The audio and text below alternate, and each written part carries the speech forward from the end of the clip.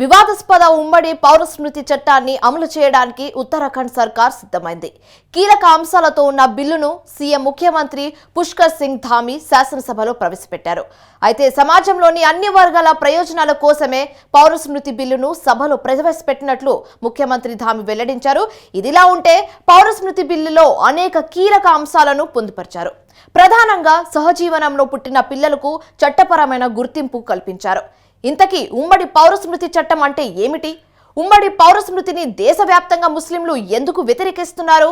పౌర స్మృతిపై అభ్యుదయవాదులు ఏమంటున్నారు? ఈ అంశాలపై ఇవాల్టి స్వతంత్ర ఫోకస్.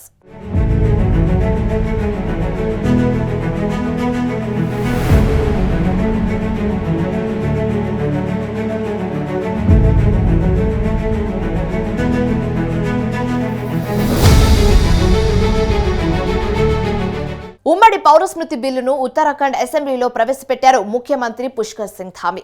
పౌర స్మృతి బిల్లుతో ఎవరు ఆందోళన పడాల్సిన పని లేదన్నారు. బిల్లుపై సానుకూలంగా స్పందించాలని ఎమ్మెల్యే అందరినీ పుష్కర్ సింగ్ ధామీ కోరారు. ఇదిలా ఉంటే యూనిఫామ్ సివిల్ కోడ్ సాధ్యాలను పరిశీలించడానికి వేసిన కమిటీ 2 ఏళ్ల పాటు సుదీర్ఘ కసరత్తు చేసింది. వేలాది మందితో కమిటీ సంప్రదింపులు జరిపింది. చివరకు ముసాయిదా ప్రతిని ముఖ్యమంత్రి ధామీకి అందజేసింది.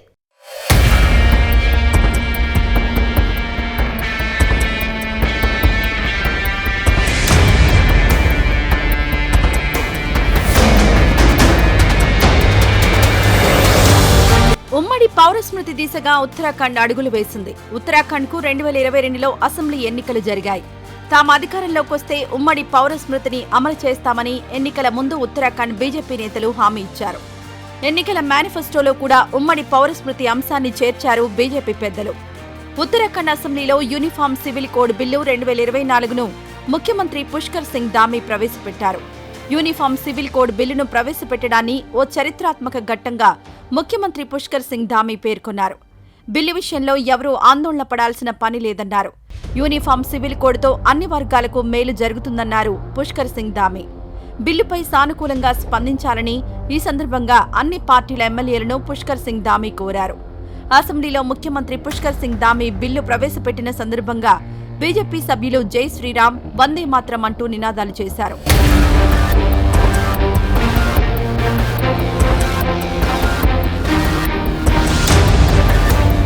2022 ఉత్తరాఖండ్ అసెంబ్లీ ఎన్నికల్లో భారతీయ జనతా పార్టీ విజయం సాధించింది.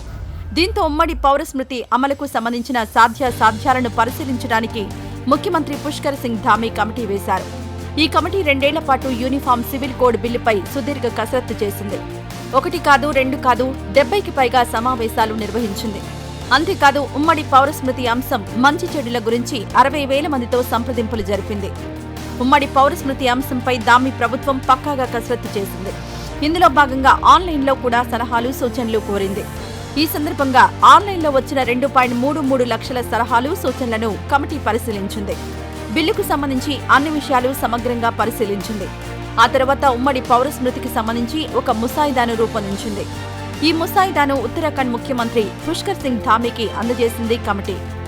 కమిటీ అందజేసిన ముసాయిదాపై ఉత్తరాఖండ్ ప్రభుత్వం నిర్ణయం తీసుకుంది.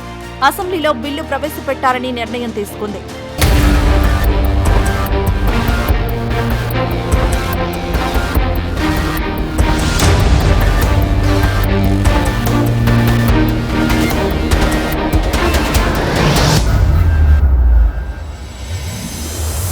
ఈ నేపథ్యంలో తాజాగా అసెంబ్లీలో బిల్లు ప్రవేశపెట్టి ఆమోదింపజేసుకుంది.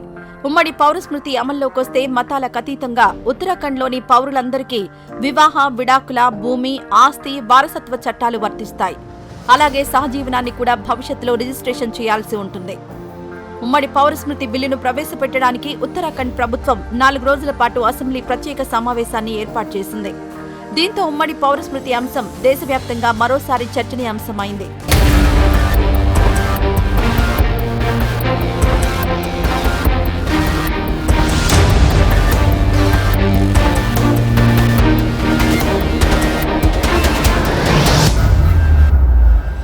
ఉమ్మడి పౌర స్మృతి బిల్లును ఈ నెల 4వ తేదీన ధామీ కేబినెట్ తొలుత ఆమోదించింది. భారతదేశంలో మొదట ఉమ్మడి పౌర స్మృతి బిల్లు ప్రవేశపెట్టిన రాష్ట్రంగా ఉత్తరాఖండ్ రికార్డులకెక్కింది. ఉత్తరాఖండ్ రాష్ట్రం బీజేపీ అధికారంలో ఉన్న రాష్ట్రం కావడం మరో విశేషం. మన దేశంలో పోర్చుగీసు పాలన నుంచి గోవాలో ఉమ్మడి పౌరస్మృతి అమలులో ఉంది. దేశానికి స్వతంత్రం వచ్చిన తర్వాత కూడా గోవాలో ఉమ్మడి పౌరస్మృతి కొనసాగింది. ఇదిలా ఉంటే ఉత్తరాఖండ్ అసెంబ్లీలో ప్రవేశపెట్టిన బిల్లులో ఆదివాసీలు, దళితులను మినహాయించారు.